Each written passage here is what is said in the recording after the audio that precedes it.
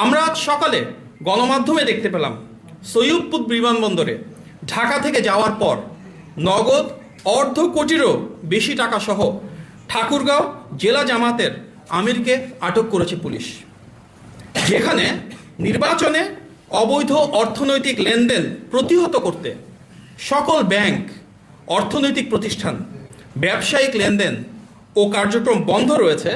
সেখানে স্বাভাবিকভাবেই সর্বত্র প্রশ্ন উঠছে, জামাতের একটি জেলার সর্বোচ্চ নেতা কোন উৎস থেকে এই বিপুল পরিমাণ অর্থ নিয়ে, কি উদ্দেশ্যে, কাদের দেওয়ার জন্য নির্বাচনের ঠিক আগের দিন ঢাকা থেকে ঠাকুরগাঁও যাচ্ছেন।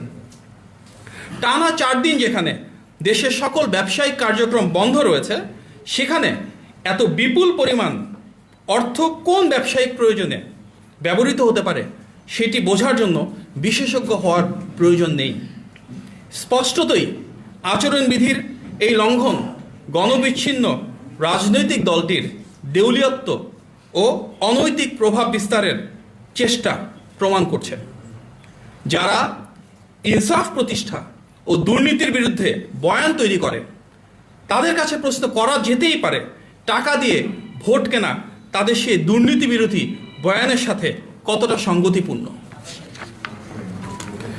সৈয়দপুর বিমানবন্দর কাণ্ডকে বিচ্ছিন্ন বলে দেখার সুযোগ নেই, কারণ দেশের অন্যান্য জায়গার মতো জামাতের আমিরের নির্বাচনী আসন ঢাকা 15তেও একই রকম অবৈধ অনৈতিক লেনদেনের ঘটনা সংঘটিত হতে দেখা গিয়েছে। আরও দেখা গিয়েছে কুমিল্লা, নোয়াখালী, খুলনা সহ দেশের অসংখ্য জায়গায়। ইতিপূর্বে দেশটি আমরা দেখেছি দেশব্যাপী দলটির নেতাকর্মীরা বাসায় বাসায় গিয়ে ভোটারদের বিকাশ নম্বর ও ভোটার আইডি নিয়েছিলেন। তবে বিকাশ, রকেট বা নগদের মাধ্যমে এভাবে অবৈধ অর্থ প্রেরণ বা জান্নাতের টিকিটের প্রলোভনকে ধর্মপ্রাণ দেশবাসী ইতিমধ্যে প্রত্যাখ্যান করেছেন। গণমাধ্যমে প্রাপ্ত সংবাদ অনুযায়ী আমরা দেখতে পেরেছি দেশের অনেক জায়গায় ভোটারদের মাঝে ভীতি ছড়াতে সেই রাজনৈতিক দলের সন্ত্রাসীরা দেশি অস্ত্রসহ বাঁশ, পাইপ ও স্ট্যাম্প জড়ো করছে।